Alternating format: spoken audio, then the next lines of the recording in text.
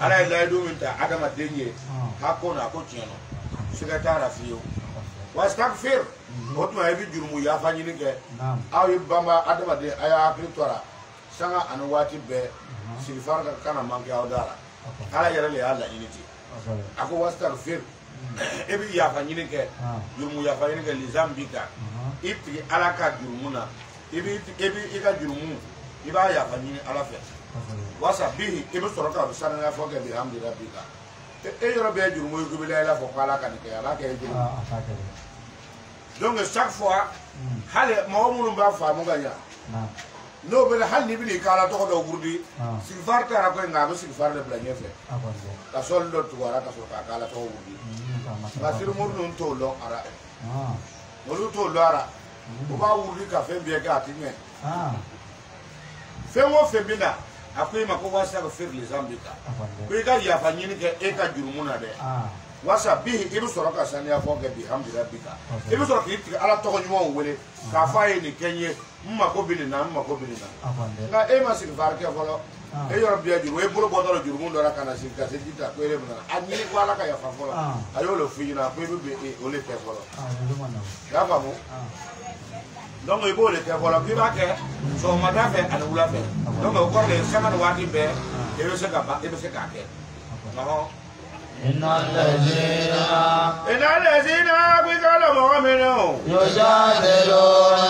مؤمنون بدوا صصلك في آيات الله قلوب صصلك على وتلك شريعة قرننا بغير سلطان كدنيا كرة دلوا فوي ما كبر بره دلوا من نال ترى ما وقنما ها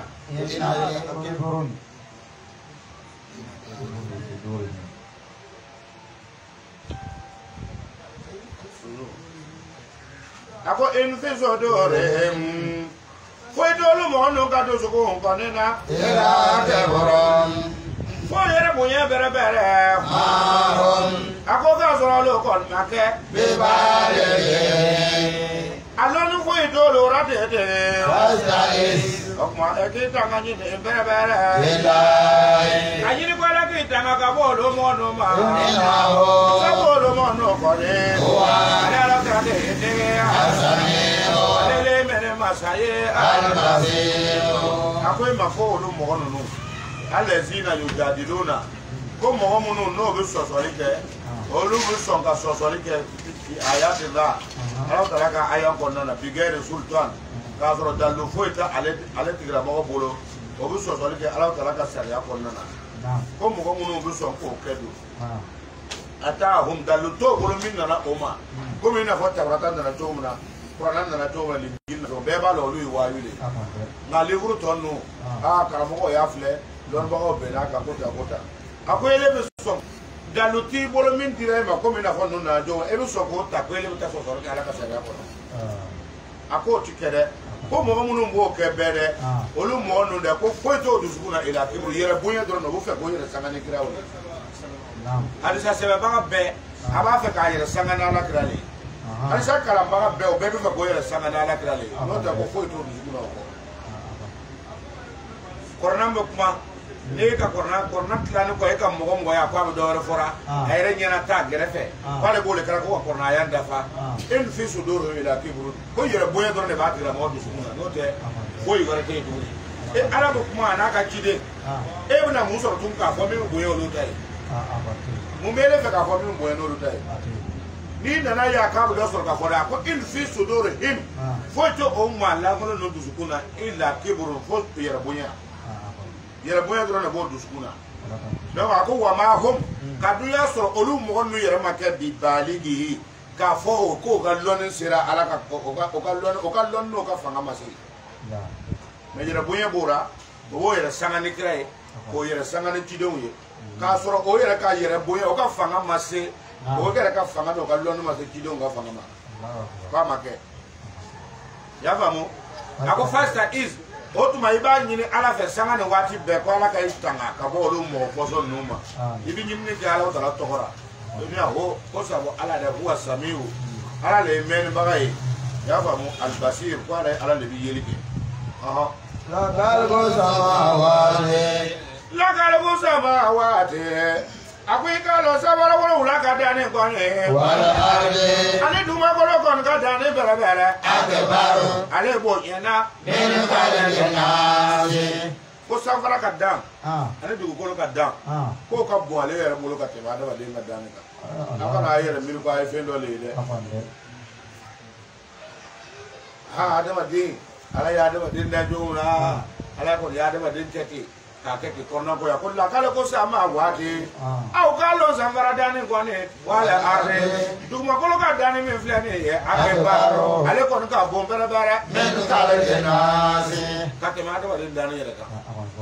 sabolo dugol ka gbara ala maka tema ka ngui ha adama din ala ya adama din na ha adama din yoro na yi ala to songa ta adama din geni ala tna songa atenga fle e de un bi bole sanduru santa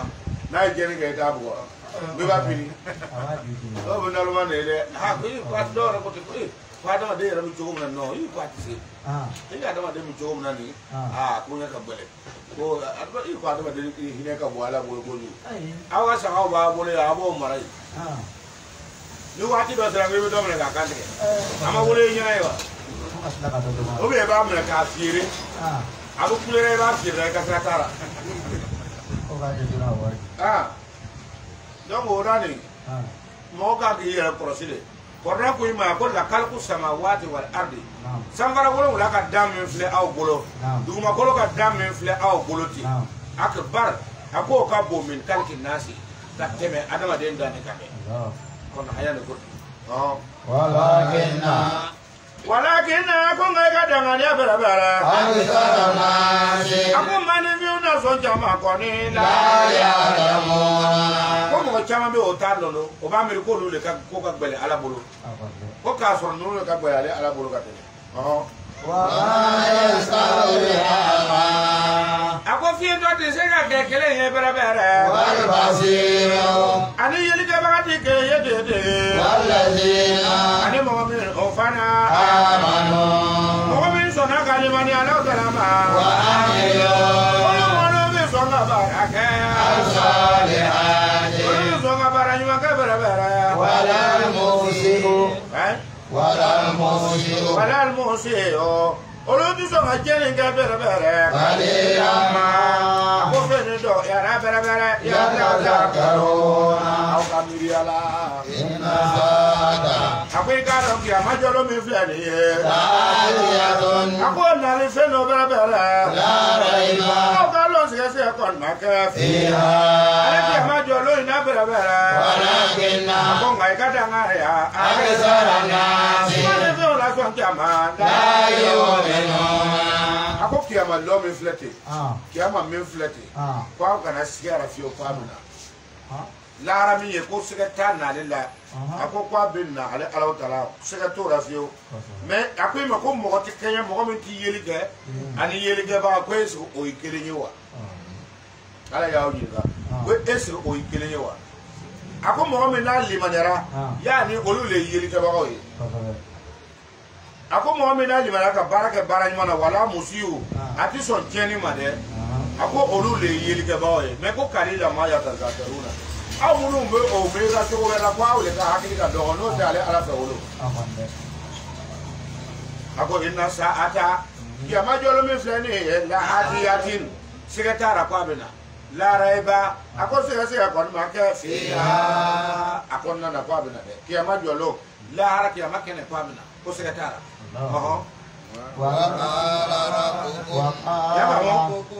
ako nga walakin na aksara nasi la yumi ko mo chama be o mali man ya la ara ko ina ni ki ko yeso so ni histoire depuis là o ba fora jona de la kataka na ko bo le ko depuis là ko ba fora ko jona de la kataka ko tiente do ko depuis là ko tiente ko mo chama be ko mali man ya ko ina ko na mi ko ra ko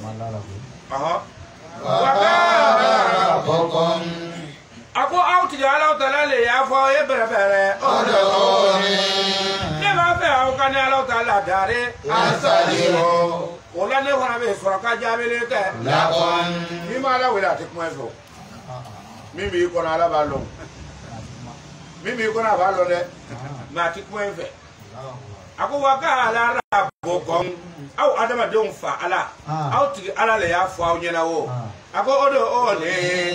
ma fe alu kan ne fana ne ala taala wele asajibu no o kera ne fana be soro ka jabele ke lakum ay ngule folo mo soro ka jabi ala le afo de e kita ala we ba yo ke apa le afa ala yo kala ma ke ka lo to dro ka fa ala wele na ka to san ma fa la hul asmaul husna fa de u biha iba lo mimi kono ebi mimira iba fa bi ka ala bi ni belo nga to kuma ife ala to kuma ife akuika le wele le folo ya famo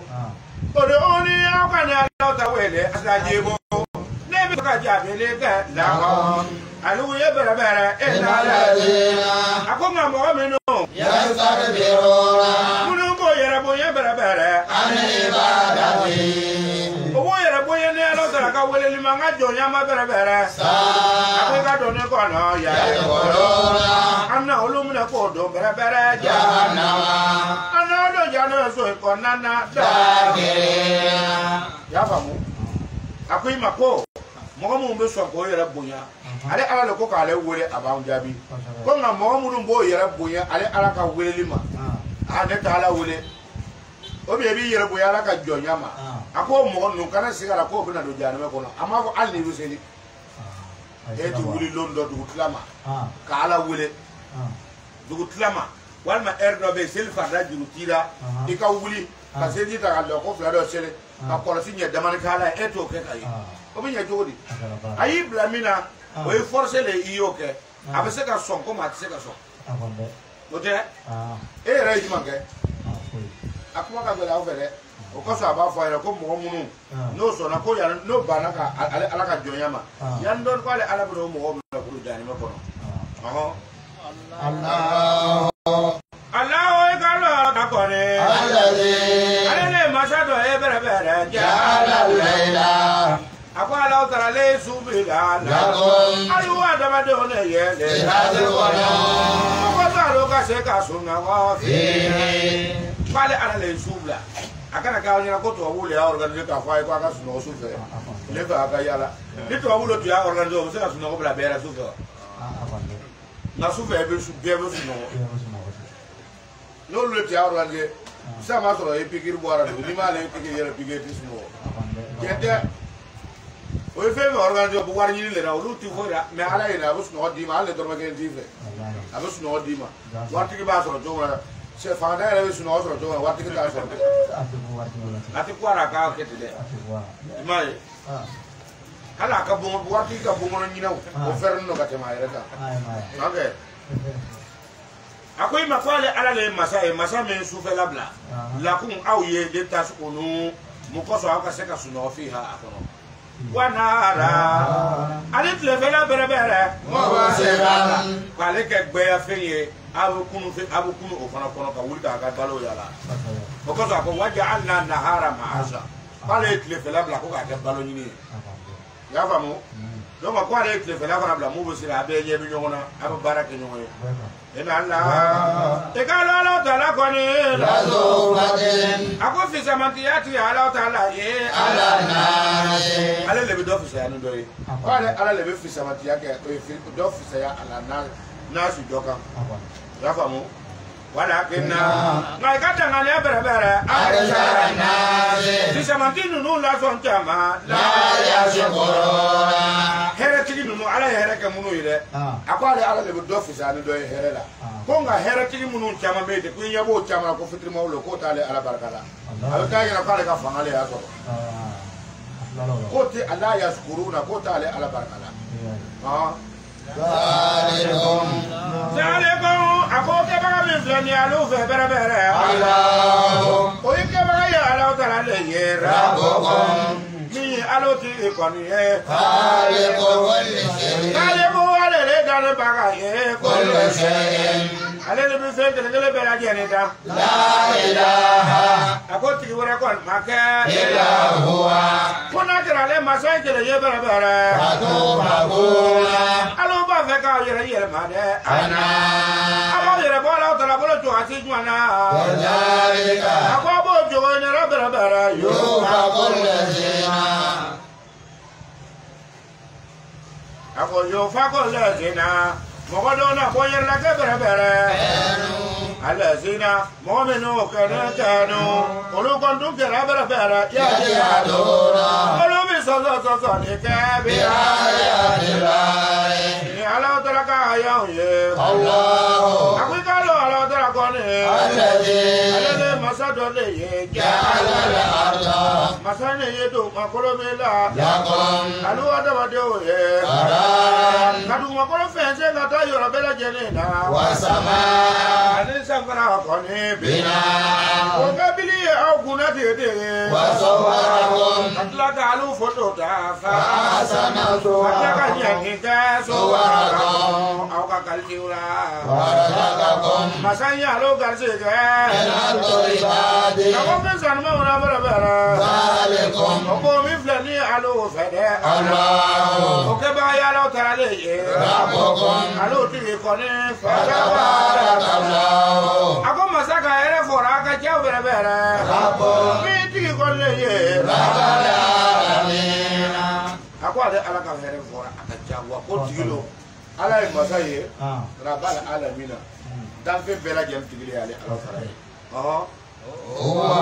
huwa ako ma la utara lo wa al-hayyu ale le nyana ma ya masaye bere la ilaha ka ko ma wala ko ma ka illa huwa kuna kara la utara kile bere fad'uhu ayo masakile ne wele mukhlisina alu ka ke kuna be agaye ad-dina ka dina be ajani be ya lahu radio la utara ma alhamdu ako tano sabitun ka nga sabati lillahi tano be sabati ala utara ye rabbil ti ko ne ye alamin dan fe umbela jeni tigi qul ako muhammad afo inni ako ne muhammadu nuhitu ako ne fo muhammadu kon be na ka bo bere ana a'budu alladhina kone kana fe wala ko ne jo ya ke ta tad'una antu mi je ngami wele min dunillahi muhammadu ikuma bando ya famu ako allah alladhi ja'ala al-ardha qarara was samaa binaa ako ala le masado ye ala le du ko bla an fe ka ja ka fensen ka yere ka yoro be ka sangolo fana bla bina ko ke dali an kuna ya famu wasawarakum kalu adama don ka mulu bo ya famu na fara ko ka foto ta mulle foto do ya famu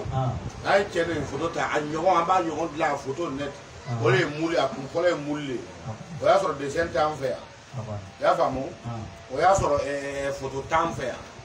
no tu ya fle o ba lesen yirila amulle tugoyi donc quoi ala le yo aw ke fa sana ka tla ka nyene ke aw fe suwara kun aw ka foto ra de ibe si chef la nyedo mba torora sara fle se nani ku kala ba fe abe dan fe on ni ba be ko me ko aw tale kenye na adama de me ta kenya na ka bo guli ka barake wa dunu fe won fe nyeba ta naka de a se ko be la de adama de mo be me nu si se ka adama de la de naka de ta ma yese nani ka iya ka sa ka ye ma do sa o je ma ka ma be na sa ati se ka mo na fe kuma fo ka yese ele bi nu la de nu to ko na si se fara beti do bo ta ka ta o yere ke ka masgo do lo ra ko yere ke ba fo ko si se amini mbeke ko nga fa sana le nyene te suwara kun awle ka mulla no ta mul chaman lande bawle ka mul nyana ya ba mu pare ala yoke warajaka kun ka tlaka soroka aw garzige sila saw mina tajibati ka bo fen salmo na zalikum ako min flene aw fe o ke ba de allah ole ala taala rabbukum aw tigilo ya ba mu fatabarakallah ko ala taala ka here chera masaka here chera rabbal alamin min da fe betri ala ka here ako huwa hayu niti ala lo ko ala le nyalama ya masai c'est-à-dire ala le ni ni ko nyalama ya masai ba ko mo gombe vira ka amna miye beta amna salon do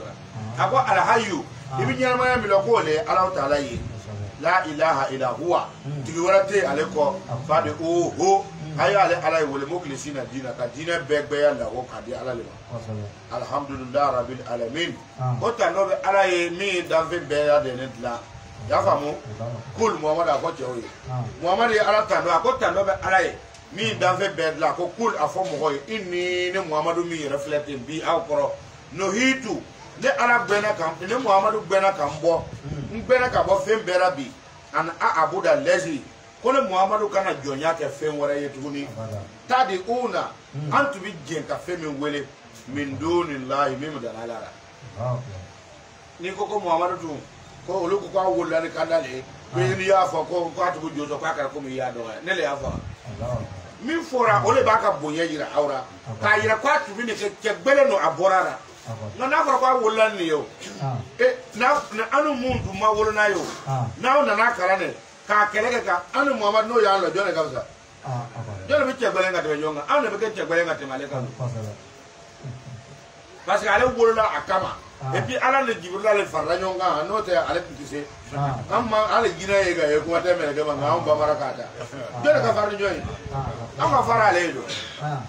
olu fe ko lu kuma do farka soro malangolo kan be mo dara malangolo kan be dara do akwa ale ala taala ya famu ko muhammadu le ko inni no hitu ko muhammadu fatani rakan gbenga bo ana abuda lezi ko ngana ka fen jonye tadi una antu bi jenga min wele min dunillahi mim dana ala taala o to saka o to bi jole so mim dana ala akoli ko o foranye tuma dama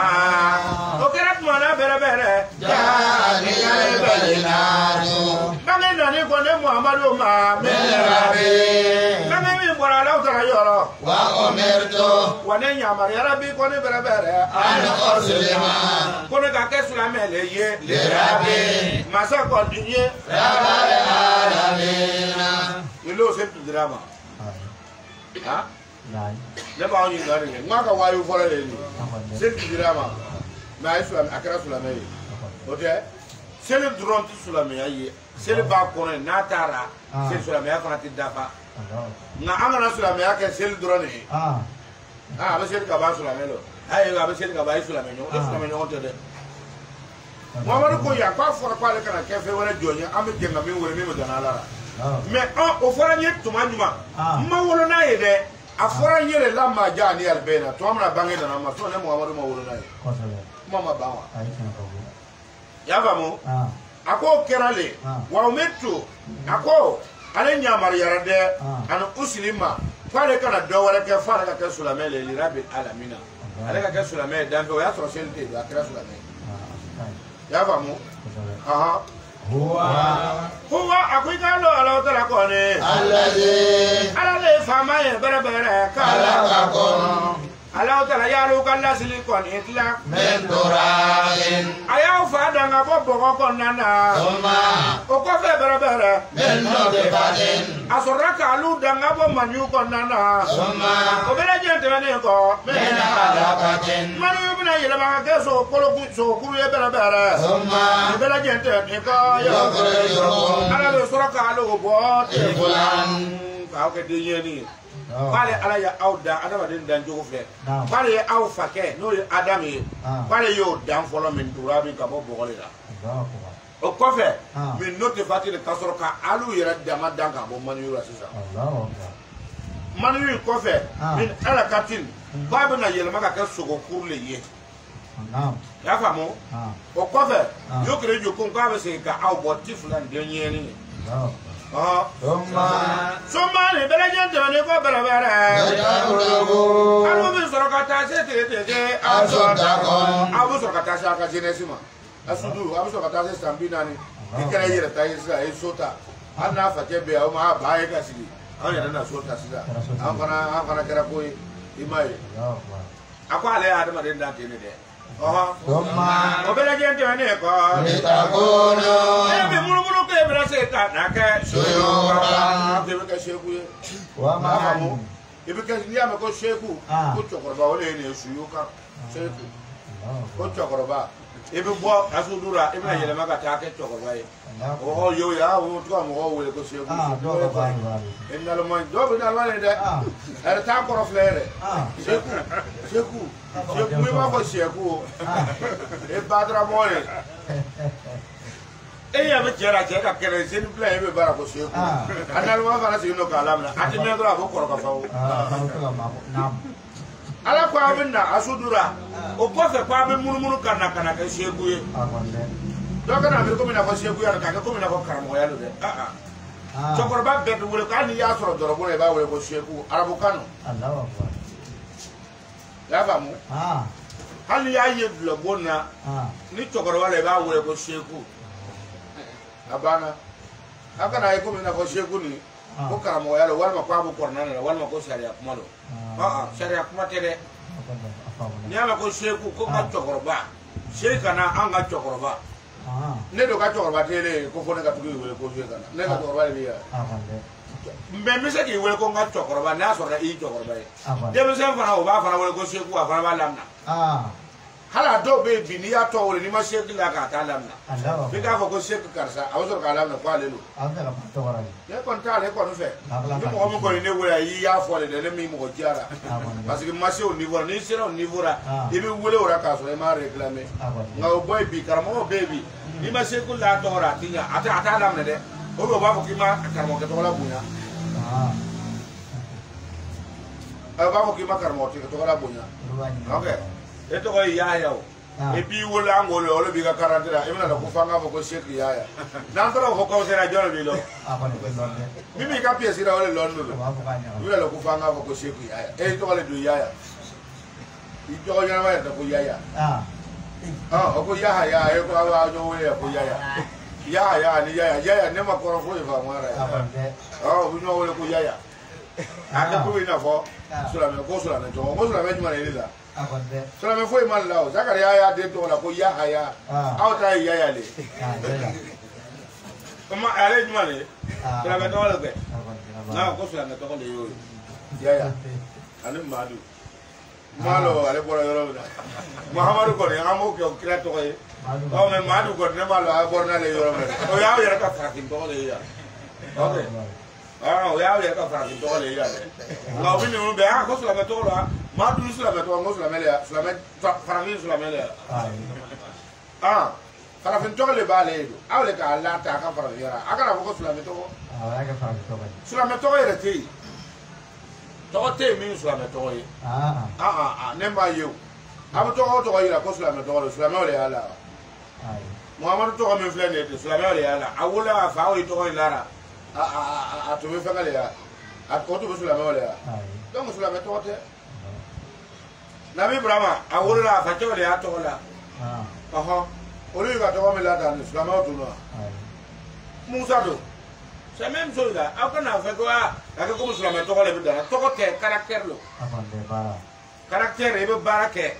ole sura me yayi mais to do be ko le sura me to ga be faria to ko nu yara dana hal to ko nu kara sura me to ga awta wole jogo nu te do yaya ne madu nu ani enza okay owe ne kambalwa da olu le isa to wole ko enza okay ga madu to ko jenda mi ngara ko modu okay o ko modu ibe amle kortala okay abo Abdul Karim obo wole ko kemu okay kemu oye to ya mi na de okay oye to ya mi na de e ko ga to ade to la e abe nyere ya ora o muhammadu abuna to awele ko modu wole e wa fle ta no borna yoro na ko fa tara ko wa tara o yer le ba se a foiti o yer ma ni ko kare ko kemu o kare mo le ko kemu wa sara o je fe ora de o bo belega wele ko mbiri okay beri we ada kombiri kay beri ka magani usta beri lere no Idris. C'est la côté du bébé. Why you to you? Tiene, le tiene que bon. Bon, nous va le au moins du hier, sur la méthode, ou à avoir la dame. On va voir au la méthode. Ok. Oh, Idris a droit au tour, on va y aller. On est le cas pour Idris, on va dire ça. Ok. On va dire le coup de ça. Bon, on a go for the Slamet told Walma, Walma David. Et là, donc, on a le mot qu'on a qu'à baser ton camp. Mais on n'a pas for a Slamet. Non, moi, tu sais, Slamet. Mais n'est-ce pas comme Mohamed le Kono, comme moi, le mot, mais I go Slamet. Oh, don't be caractère. I ka tɔgɔ wele cogo o cogo n'a tigi m'a fɔ k'a bɔra ka ban sariya y'a fɔ ko n'a nana ɲama tigɛ n'a tigi ko tɔgɔ man dɛ k'a k'a to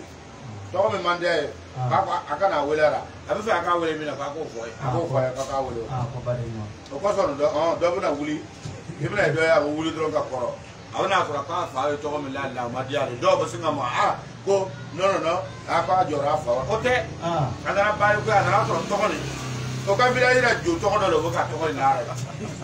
ale de bɔra jo sɔrɔ jo ko man di ale a tɛ fɛ tɔgɔ in yɛrɛ ka wele la a b'a tɔgɔ changer k'a fɔ a ye o kɔsɔn sariya fɔ a y'a fɔ a ye ko n'a tigi ko a tɛ tɔgɔ min fɛ k'aw kana wele a la a b'a bɔ a la ɔn bɛ tɛ tɔgɔ a tɔgɔ a bilɛ a ko baden ɲuman mɛ dɔ bɛ se ka ayi a ma jɛ wala tɔgɔ t'o ye dɛ a ma jɛ tɔgɔ t'o ye ale b'a lara ye fo ka na k'a b'a lamɛn a ma jɛ tɔgɔ t'o ye dɛ a ma jɛ ka kuma de t'i y'o ye tɔgɔ bɛ jɛra don a ma jɛ tɔgɔ t'o ye dɛ a ma jɛ ka kuma de t'i y'o ye kuma fitinin a b'a fɔ ye o baden ɲuman ɔ mɛ a kana tuma o ko an bɛ a k'a wele ko baden ɲuman n'a nana fɔ k'a kɛ sɛbɛ ye k'a ma diya ye a b'a to yen. N'o tɛ bɛ juru sɔrɔ la. Ok. An ka a. A bɛ sigi dama bɔ a bɛ fɔ la dɛ. A b'o cogo de la ten. Donc o la ni Ala y'a fɔ cogo min na. A ko aw bɛna wuli ka na kɛ o ye ka bɔ yen ka na wuli dɔrɔn ka na kɛ suyu ka seku ye. Donc o tɔgɔ ninnu o ye tɔgɔ de ye. Tɔgɔw lo mɔgɔw le y'a la a ma komi ni mɔgɔ dɔ ma wuli ten o bɛ n'i ye ko yɔrɔ dɔ n'i ma wuli ten ko fɛn dɔ lo a bɛ komi n'i y'a fɔ n'i ko président ale de ye président ye nka tɔgɔ t'a la a fanga tɛ ko fan ni ne m'i wele président ni y'i wele tɔgɔ la i ma ɲi ka dimi don e mana to nin tɔgɔ in sɔrɔ wa i bɛ taa don dɔ la an b'a bɔ yen ka bɔ yen la ka mɔgɔ wɛrɛ wele ten donc i man ka dimi o la nka dɔw de bɛ yen n'i ma se k'i la kan a t'a laminɛ dɛ ko i y'ale dɔgɔya ko i ka se k'u ko i y'a dɔn e ka kɔrɔ ne ya. Ne bɛ le wele ko seku ne dɔgɔnin yɛrɛ ka kɔrɔ ye e bɛ ne ka seku le ya e ka na a b'a kɔrɔ dɔn ka ɲa donc a ko i ma k'a b'o cogo la wa man a ko mɔgɔ bɛ sɔrɔ bɛrɛbɛrɛ mɛ mɔgɔ bɛ sɔrɔ adamadenw cɛma bɛrɛbɛrɛ yada wa fa masa in b'olu kɔnɔ ka nin minɛ mɛ ka wɔyɔ ka kɔya n'a ka se sekuya yɛrɛ ma dɔw bɛ sa denmisɛnnin don dɔw bɛ sa denmisɛnnin o mɔgɔw bɛ yen o ka ca dɔw bɛ wolo a bɛ sa dɔw bɛ wolo a bɛ se asudu ma a bɛ sa dɔw yɛrɛ bɛ yen olu bɛ se seku le ma ka sɔrɔ ka sa donc catégorie de b'a adamaden na i sera asudu ma jeunesse 12 bibi ni yɛrɛ o de ka ca i bɛ taa kaburu la o de ka ca bi kojugu 1910 1980 1985 90 70 78 a banna olu le bɛ yen. I t'a mɛn 1940 1930 i t'o ye k'a sɔrɔ fɔlɔfɔlɔ i tun bɛ taa kaburu olu bɛɛ le tun bɛ ye olu le tun bɛ ye mais sisan don an t'a tiɲɛna o ka fako k'an si ban o kɔsɔn a ko i ma ko wa minnu ko man ko mɔgɔ bɛ sɔrɔ o cɛ ma y'a ta wa fa min kabulu ala b'o dɔw bɛɛ ni minɛ ka kɔ nin bɛɛ ɲɛ asudu ɲɛ a b'a ni minɛ ka kɔ suyuku fana ɲɛ k'o bɛ kɛ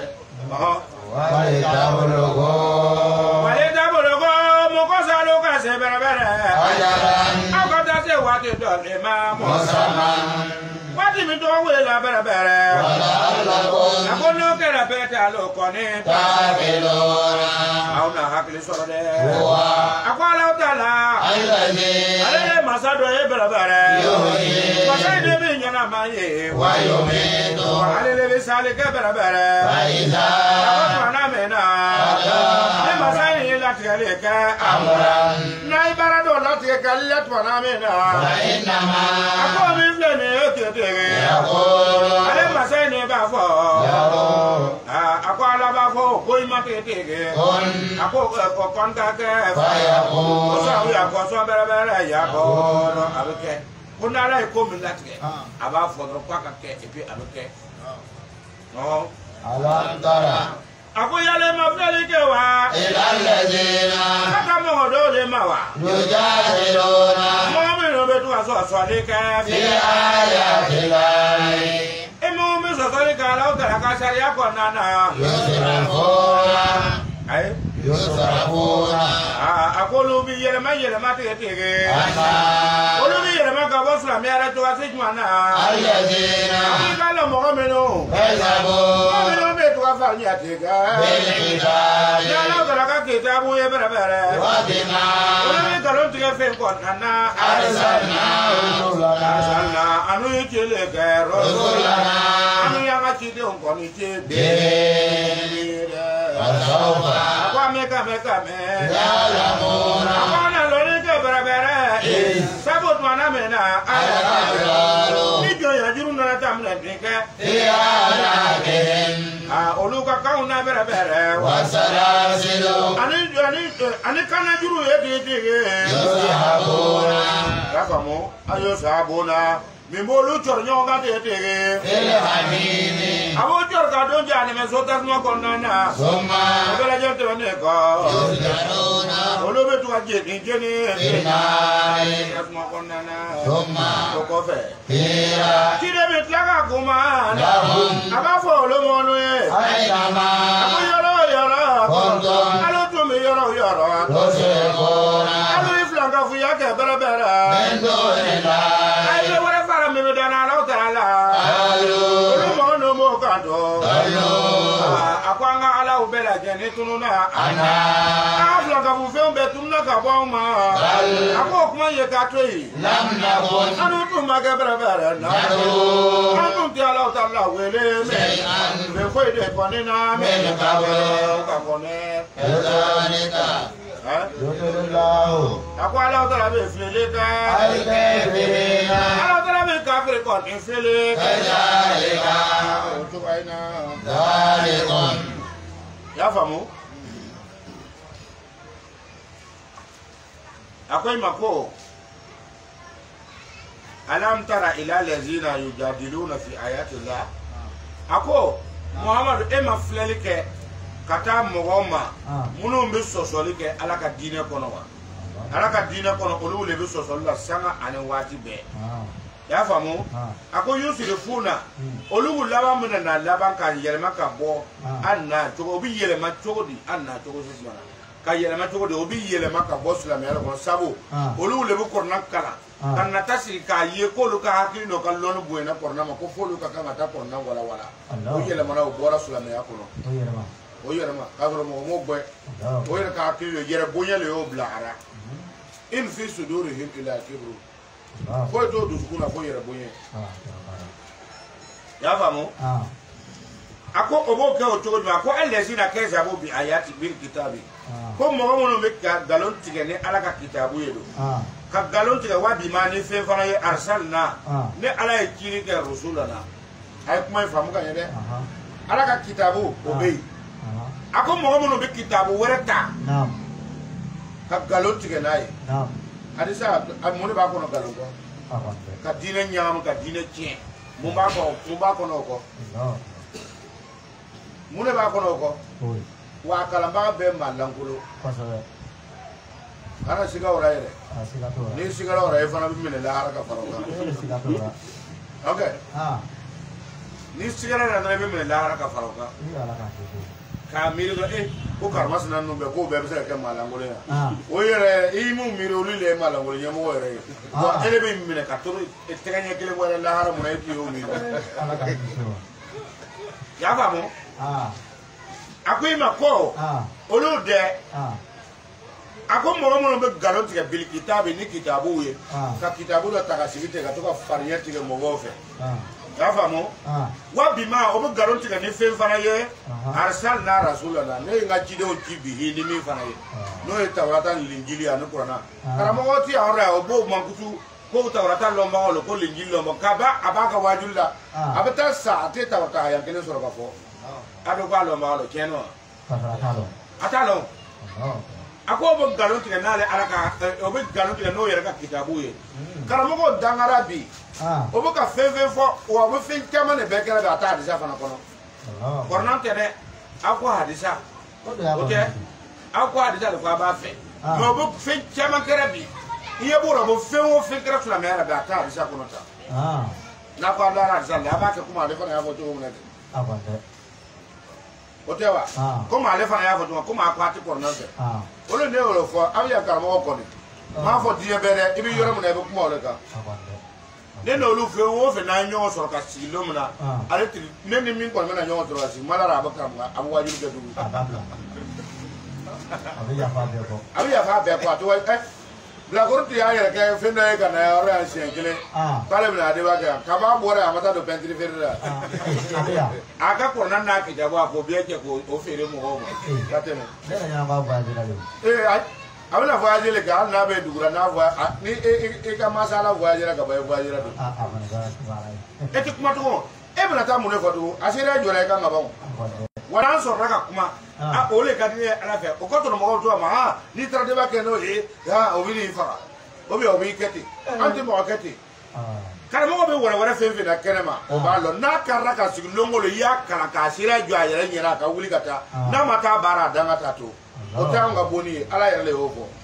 o ye ala yere ka kewal o ko so no butu basra ba o ba be ko ma on ne bi mo obo anti mo obo ka kala ere ya danga ya ka sere ya jo ibi to kena ma to ka kuma sama ibi mi ora doni nga kan na aya sere ya jo ka si ka kuma kan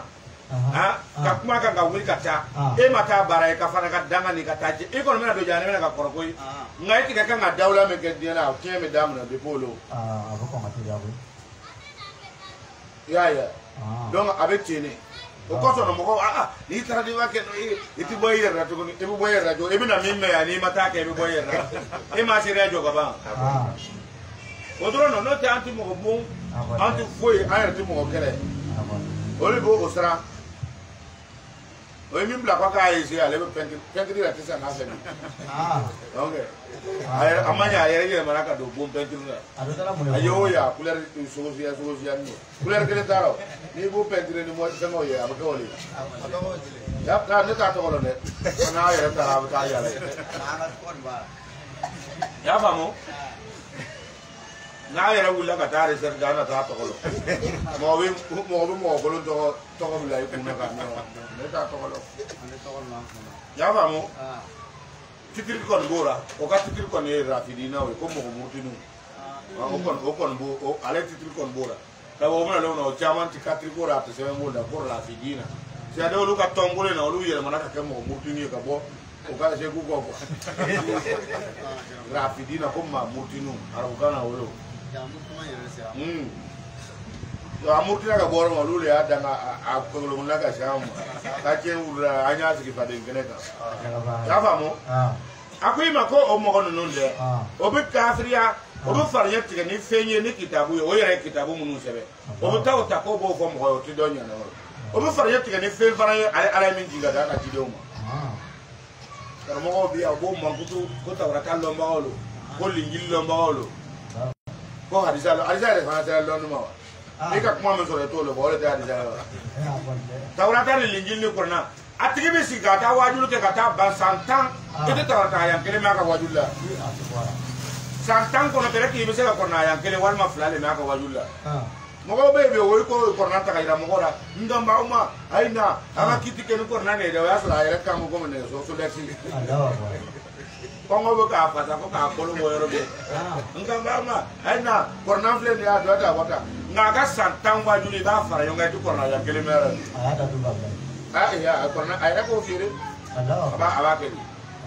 ayra tu talondo ka ta ka lo ko mo kana ka kiti kere elo talo ama ko bare ako mo mo me fara ya ti ga o to na de ako lu mo no fa saufa ya ni doni ya la muna ko ona long Ijil agilale wati mina no tara se kiyama jolo oyo jonya mine jonya juru bo bolo la bi anaki jonya juru ke no bi anaki mi okauna ya fa wa salasila ale ni jonya mine fe no be o ba do se na como sen e wa crochet ko ale ni olude ya fa mu yosa bona olubu na to ba olubu pour que ka se ka olubu kafu ko fara nyonga fil hamimi jane ba hamimu kono so ma o ko fe yus jaruna ambo jini finale kasuma kondana Soma ko ni bela gente ne ko kera ako jensi e seber ba bit la ka fole ka bera bera kide ma folo mo no ko ni ako yoro alo ko ndo kera bera bera to se ko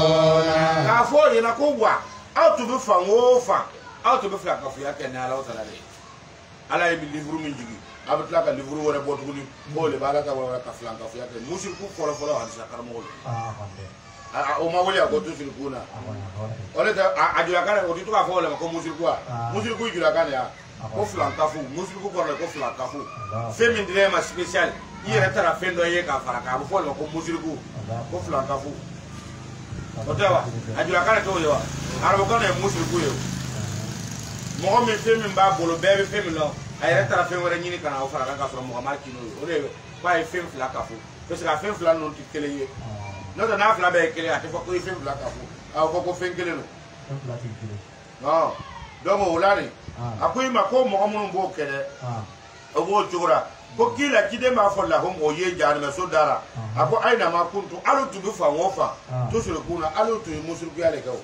a tu fla ka fu ya ke min dole lai ka fen wara ta kana blala ta ka meme dara la ya ta ko tu yo le ke kalu olu yere ba fo sa dolu anti fe mununta bu garo ni muslimun nu ane la anti yo le mununta ko ambo le ka ala ka ko san korta de olu yere tunu ni be dolu o tunu na anna on nabi ato yedo ako bal o ko to lamna kun anu tu makenna do u antu tu son ko na made min qablu ka shay'an antu tu wole ga shay'an fe fo da min qablu ka ko antu taala wole ya vamos wele ba tira jo yere donc akoy mako kezalika akwa biti yudilu law le kafiruna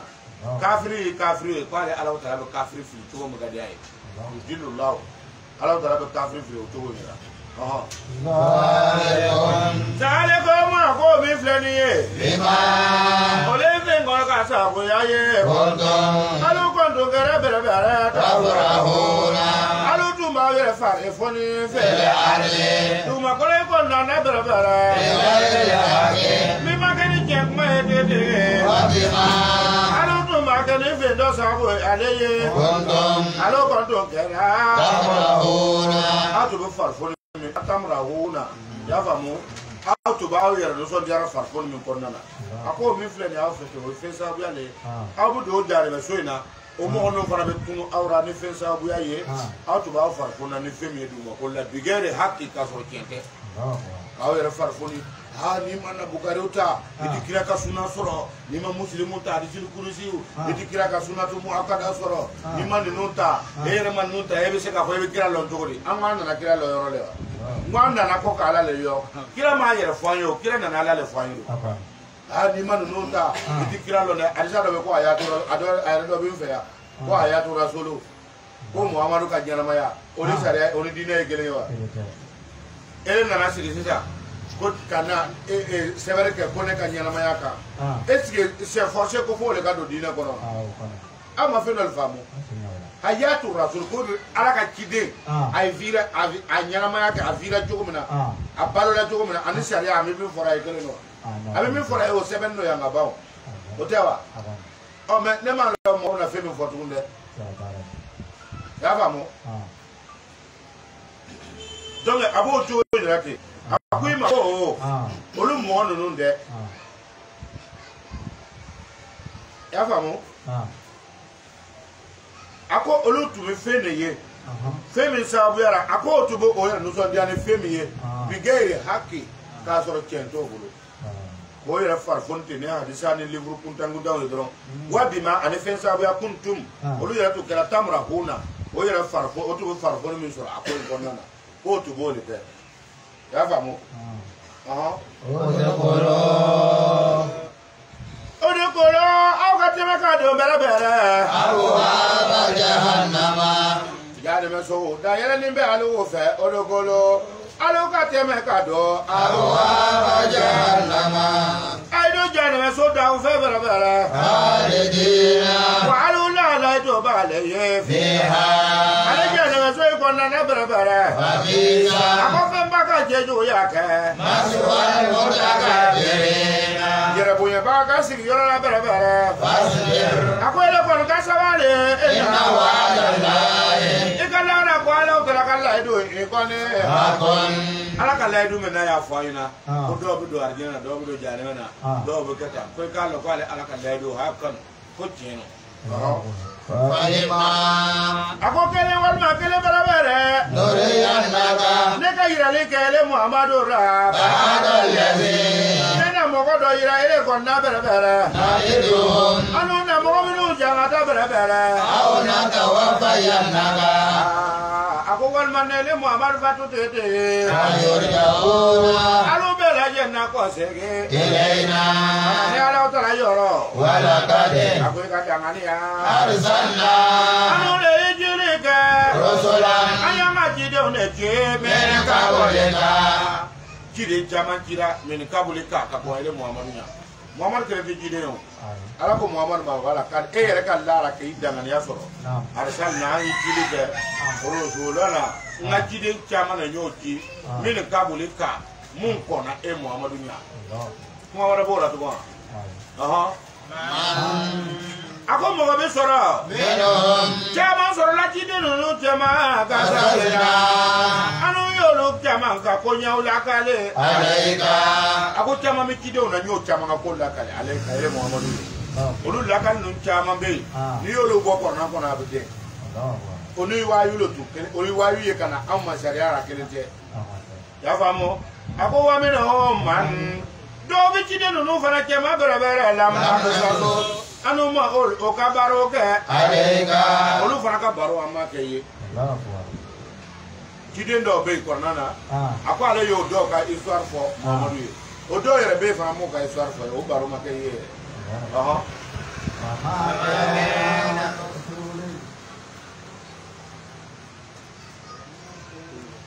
wa ma kɛna a man kan bɛrɛbɛrɛ le rasulin a man kan ciden dɔ kɔni ye ani ya'tiya a ye yɔrɔ in faamu ka ɲɛ dɛ a ko hali ciden mun yɛrɛ ye cidenw ye ten a ko ne ala ma sira d'o ma ani ya'tiya k'a fɔ ale bɛ na a bi ayatin ka haya dɔ bɔ a yɛrɛ la ka na n'a ye illa bi idhnihi f'a ka kɛ ni ala diɲɛ de ye anw bɛna kɛ de sisan ciden min ciden ye n'ala yɛrɛ y'a ci wahayulo n'a ye min fɔ an ko wahayulo mɛ a ko wa ma kɛna le rasuli a ko a tɛ daga ciden yɛrɛ ye ne ala ka cidenw ko a tɛ daga o ye ani y'a ti a ka nabi ayatin ni aya den kelen dɔ ye k'a bɔ a yɛrɛ la illa bi idhnihi fo a ka kɛ ala ka diɲɛ de ye mɛ anw don an ye joli sɛbɛ an ye kitabu joli sɛbɛ a damalɔn hadisa sɛbɛbagaw bɛ yen o ye hadisa hakɛ min yɛrɛ sɔrɔ o yɛrɛ t'a da lɔ mɔgɔw de bɛ k'a bɔ o kɔfɛ hali sini aw kun ka hadisa dɔw sɛbɛn k'o y'a minɛ kira la mɛ sisan karamɔgɔ wajibi kira dɔw bɛ yen o bɛ hadisaw sɛbɛn la olu y'a minɛ jɔn na ne m'a dɔn a bɛna olu ɲininka olu y'a minɛ jɔn de la a k'o caman dɔn karamɔgɔ ninnu caman bɛ yen o bɛ hadisa sɛbɛn la o an ɲɛ b'o caman ka hadisa la n bɛ fila dɔn olu b'a bijɛ n bɛ naani la olu bɛ mali la o bɛɛ ka hadisa bɛ yen o dɔ bɛ balo la o ma sa fɔlɔ o y'a minɛ jɔn de la o y'a minɛ jɔn na hali dɔ nana ta hadisa ye san jɔn di ne ma yɔrɔ la ko n k'a kalan ko jɔn n y'a minɛ ka taa bila yen ni n tigɛ nɔgɔra don min na n bɛ kelen sama ka bɔ k'a jɔ an darabɔ de don k'an ko ne k'a vérifier k'a filɛ ne de ka seereya cɛ an k'a vérifier k'a filɛ ka fo ka kan ko na yu ju kilar ne be ka sere ka fo an ti ayira numbe ro ko aka wa yu ma kine ma ne ka lon ma se ka fo ko ne be ta adisa wala ti parce que ne ka ni lon mi ta do ra ki ba adisa wala fi yoro yoro o kide wala ma mele ka lon ne o don ta lo yerda atara min wala fi kente ngon me se ka korna haya ngo chama kata kabla tartibu korna haya me kuma ne ta bolen ka iba haya ngolo ma ko bombo o ta adisa yo o haya ne boko ka fu ko sebe ko no jogo ga na kata adisa sebe korna te me ko kone le bana do ko o kuna onyo kuna ngo ya te du golo sanfe na ava nyo kuna ngo ya te du golo sanfe olo korna haya ba fore ko wa ma ke na li rasulin akone ala masradi ati ta nga kiden foye masradi nga kiden foye ma an yati ka fakana bi ayatin ni ayan den kele dra korna na cheya wal ma ka he ati me yafe ono ka fe ona cheya akwa ale ala taala ma jenaye ale ala ti jenaye ka sradi oluma o mo ko kelen do ma akana ne hayan den kelen do ya famu kana ne hayan den kelen do min bora ayerela illa bi zilla fona ala ka jeno donc korna yo yi mais anga harisa joli sebe abe bora ayerela lo ala le di strada ma ka ga ala strada di jona ma ka harisa sebe hala ama jina ye ga ye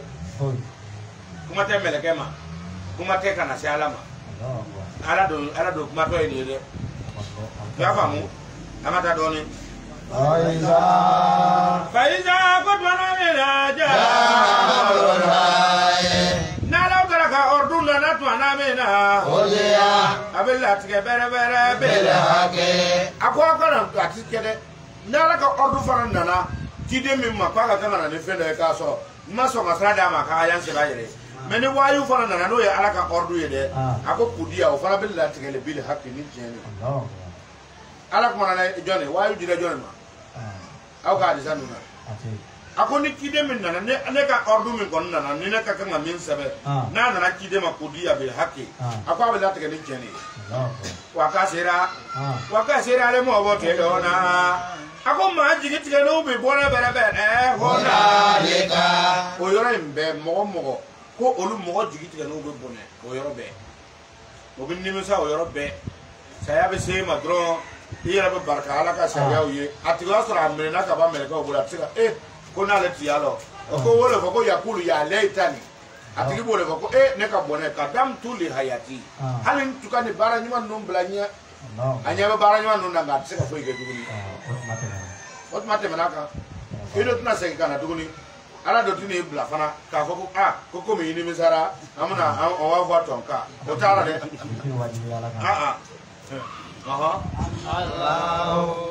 Allah ikalu Allah taala alladhi masai bere masai ne yakadaba obila lakum ay daba obla alwada wado ye bere alu bi yele minha abi yele do kan bere wata bolona alu be do monika minha do le yoye sozie ma ni tra sozie haramulo ni tara soju yaram ay yorem fekk ni rek ay yaay fekk ni ala bi min fora yi ako ja ala ale ami soti damve no soti daba do yo ako ale ala le daba bla aw feo ni tarake bu alo bi yele do ka wata ako lo na alo be do mo ne ka be ka yele do no ko ka ma flege do be na na ko ka se niveau dora walma ana se niveau dora at se ka yela kan ko abu fa ga ni otewa akwale ala le yo bla awfe akori duguni yele ya famu yele ani nyimini temene gode ako wa ma na fe o na fa chama were kon ikani be lakum alu mo fe bere fe na ko amuna bol do kata fe ka mo ya be ka mo o na tara be ka ni mo ko ngene ta ni mi ta tara genye ni mi ta tara genye amu to ka mo nda ma sini tuga abina na fa do te wa ma na fe o akon na fa chama keni be lakum alu wa da ma de on ye fiha ana fa ti ala ma do fa na fa ba aw yere le ye fiha ba ga nongon so ti ba ga no yo na ka dia ko d'accord na ko so kursi le yar me na mi su fa na ora de ka to lu bol ka so bo ara de ama fo ko so tale ba aramu ya o tewa nanga misi organiser o ki yo lu bore o be nyome o abaka jori mo ko nga miri ni bi kuma ka ni miri le ka nga hakili fana so nga ta ka o kuma ati miri ati hakili ta o fe fana e mala ni bayara o fe o ko to ala bu kuma akwai ma ko na fa chama be akonna na ama bane ako wale ta bo lo go na o yela wale ta bo lo go ako fo alo fara be ta se bere bere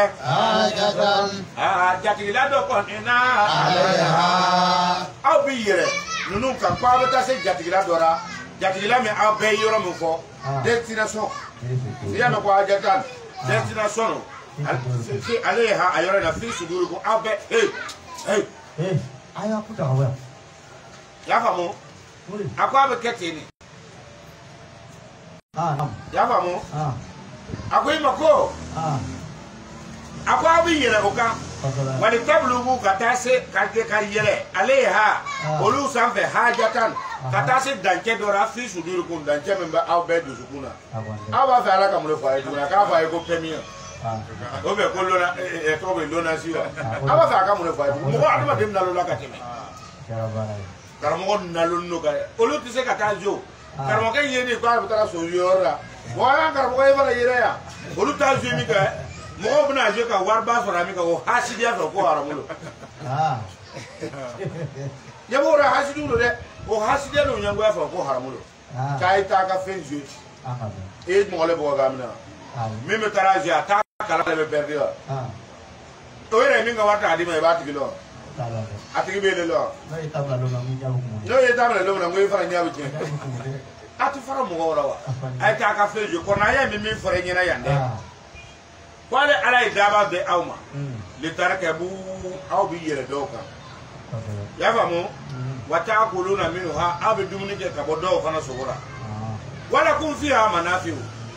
akon na fa chama wore ba o fetu ko na meme dana yele ni dumuni na sene baraw abala kursi mi fana fora baraw me siti sene ke wa so ere fana ti sene ke wa na fa wore o be do ako o temene ko de aw bi yele pour que aw ka don o ka c'est-à-dire ko labe ka don o sonu na de alay ha ka yele o ka ala e hajatan kata dankera fi sudurikum min ba o be du sukuna abata wora ibi sika yela kan fana yele kata na dugura ko ma abese ka yela kan fana ka fa ko ka bul kata ya ni inshallah wole ba be du sura so tin so bolla no wo aw yere wo wole ba be kuna ote donc abo ojo ni la ay ta ka fe ju ay farnal mon nuna watu maluna akwalu ba ka don baba o ta bere bere aw yere be don baba do ta o kan fana do akwa ba ka don baba do ta o kan fana wala ale ko le akwa ba ka don baba o fana ta baton fana kan don baba ba fa bo ta baton kan abu don baba ta nunu fana kan wayore ko kasega yele galura bere bere ayati ala ba be ka ka yo nyira anu ko ni na ayati lai faton gerona yala lu ba fe kan nangar ekewa ayati lai ya wa fa mo fa aiton gerona yala lu ba fe ka tuse ekewa ayati lai ala ko mo ko nunu bebe ke o ko fere watu maluna akwa aw ba ka donin bawo abse aka donunta gotoro be o siri falura ko siri misura ko siri sora ka don bawo ta ka wala al fulki ako don bawo fana be ta kuru fana kan na faw do te donc na faw ka cha ara ya famu ako afa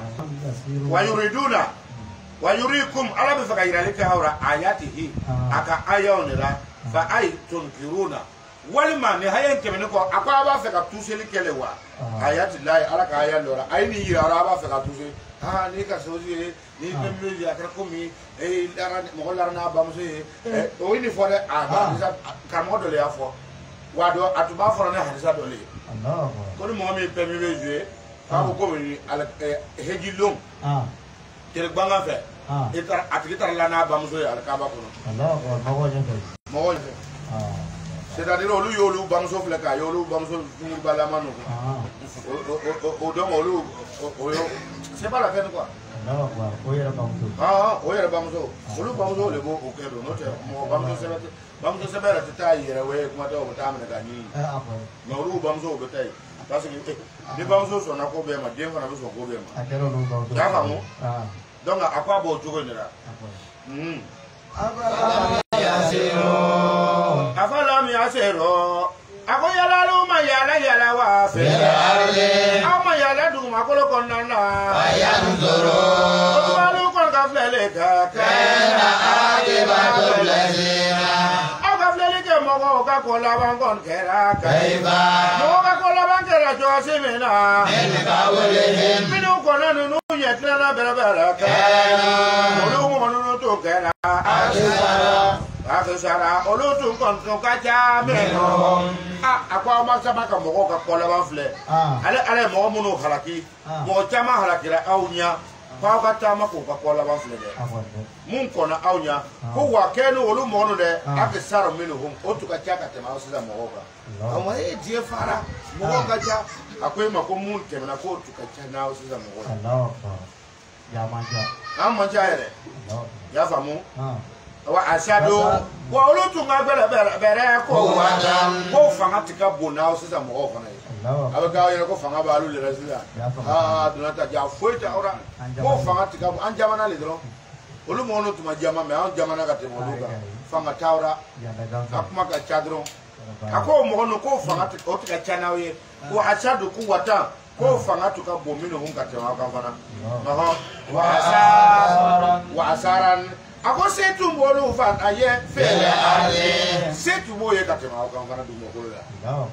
ko du mokolo tien a tien tu bolo bolo no tu komi o tu bate setu moye katema ka lonina fangara fabrication na folo la den wolo la fembe intellectuel abe ala ti wala ndio ngam fa wonno zidal wa wati o moko to te sanke na saba sanke menane sanke duru balowa awdo ni min ka si so nyama ole sambi segi ko to ko quartier biara sigi dai biara ko afla ngute du sambi segi okay sambi segi ko afla ngute sigi dai biara ngo olu fe nunu foro mo no fe mo mbo wati le bi dem sen yara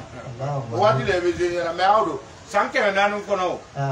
sambi segi ba fo tigima ko mo ko walo ka sara ngade aboko dem sen o ba fo kwa bu kuma sira ka do dem sen yara kwala ya ka tarhamna Allah wati fara atika gbere ika mo me sa wati sambi nani sambi duru sambi woro itu ka aka gbere kai atu be ka me gelengele no atu dikatew sambi se den kwa kasa ala tu so dem sen fa mo atu yo fo wati o seben bedo atu so dem sen no fa ma ko sa wolu tu ya ko ale to ka wolo ko wadu ko fa atu so ma na dem so ka jurmu yara na sia bi ka te mo korbo ta ka donc mo korbo le bu tore dem so mo fa ra dati lu le wa akara contraire jurmu le mo ko jurmu le sa ya okay saya jona ne fa jurmu le de bibi na nga kesa sa ke me ole ma hal sa bi woro so e ka alam ne ka ko jurmu le jurmu le do no da sa bi woro da bi segi abalo ara kwa korra na sarati barana akanga femfe ke yara akanga femfe ga adamade yara sa bi woro ya so ya ka chama be realiser o tewa batra mo sa bi sa ba o e ka ta la ka sa o se ka ya to di akara ba e bi ala nya ku ngasa ye ka nga sa wadi ya ha sambi sawa ika ala me ka la ka o se abakete na o mo ba mai ka sa bi woro ma ni se bi woro ma o ama lo ra te de sa na digra do aba mage kasi sambi sawa be koti yalla le ni se bi duru de o be bi woro de i koti miliera be kuma sera ka de sa na digra ni tara o konna na o abelo ko e ka ko ya tu bana parce que ni bi ne so bola ka koti yele e be bara la o wati le on ni na atuka jigisa ko te kuiba bla gana ra ira to foi pedale do ika bara banno ni mi kere na ko na foi ta ka e ne ala je sambisa e ti malia e bi ta la ka sambisa ba ha aka gbere dɛ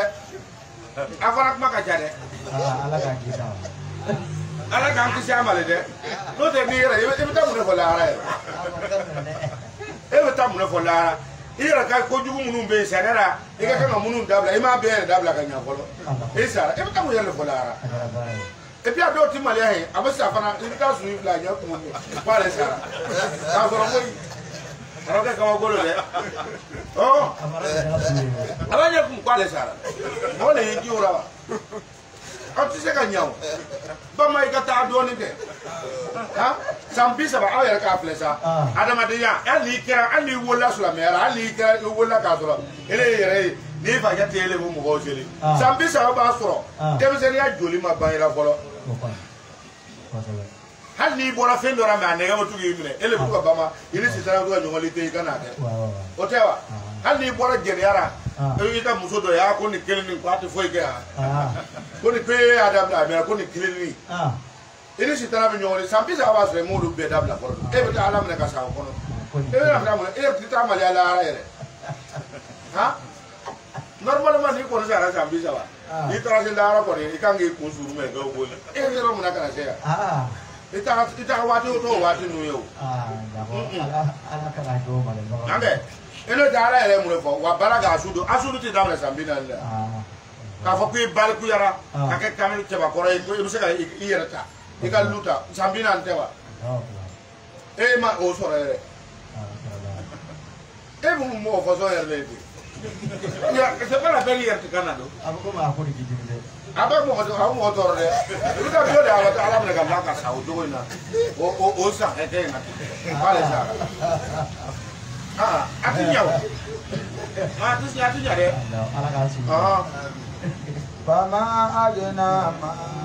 y'a faamu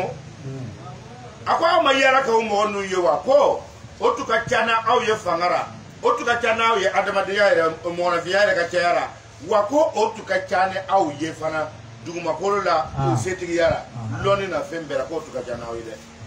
y'a faamu a ko faama a de na ma nka fɛn foyi ma se ka jankata ɲɔti k'a bɔ bɛrɛbɛrɛ ka bɔ olu ma olu ka dege kɛ olu kɔntu kɛra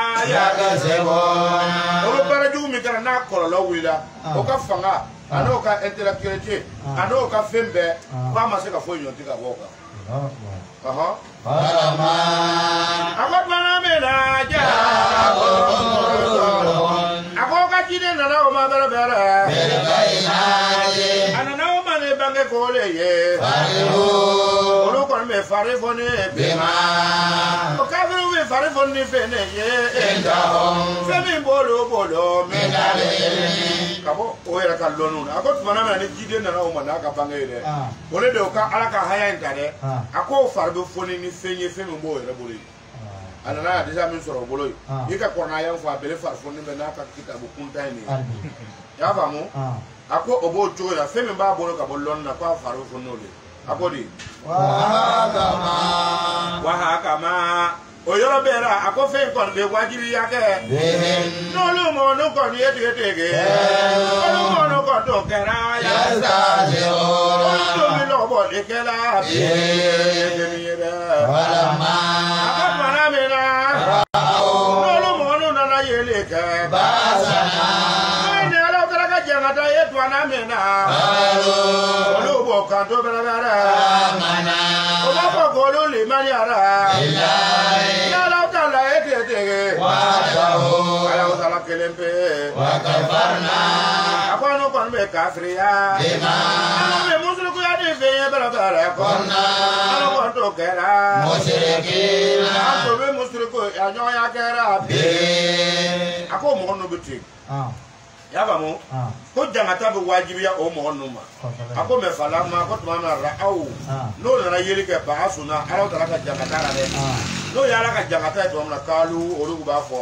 a ma na k'olu limaniyara wa hada o ni ala kelen pe yen bilayi ni ala kelen pe yen wa kɛ farina k'olu bɛna fitirimawaleya bi maa ni fɛn ye ko na olu tun kɛra musiriki na o bɛ filankafɔya kɛra bi ɲini min ye k'olu bɛna ban o la e b'o fɔra parce que e minɛna a tɛ foyi ɲɛ don falam yakun ako falam yakun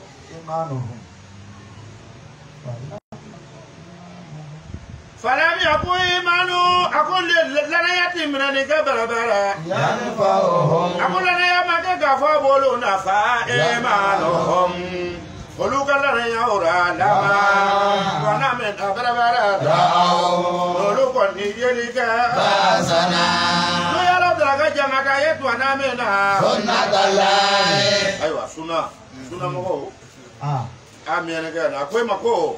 kwa mogon ko falam ya ko imanu ako dana ya make ya famu dana ya make ya nufa uhum ka fa bo na fabi o bilana ya kuma mufara antina soni na de antina ta ni kede na antina la antina soni ma antina cheni ke to ala ko bilana ya mufara ko lubna musu ya no ka flan ka fuve